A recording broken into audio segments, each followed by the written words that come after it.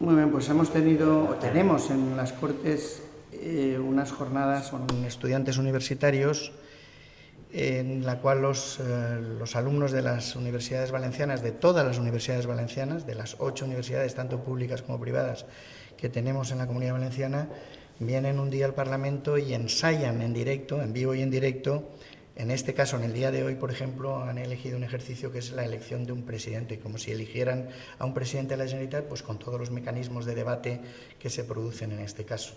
Es un intento más que hacen las Corts Valencianes por aproximarse a la sociedad, por abrirse a la sociedad, porque nos conozcan los ciudadanos y, en este caso, alumnos,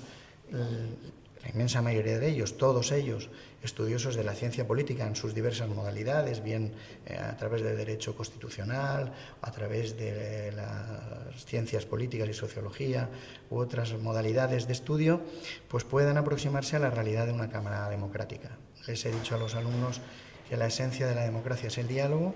y, por tanto, en este ensayo de diálogo entiendo que se preparan ciudadanos que en el futuro pueden llegar a ocupar lo que hoy están ocupando accidentalmente y en prácticas lo pueden llegar a ocupar en realidad y pueden ser representantes públicos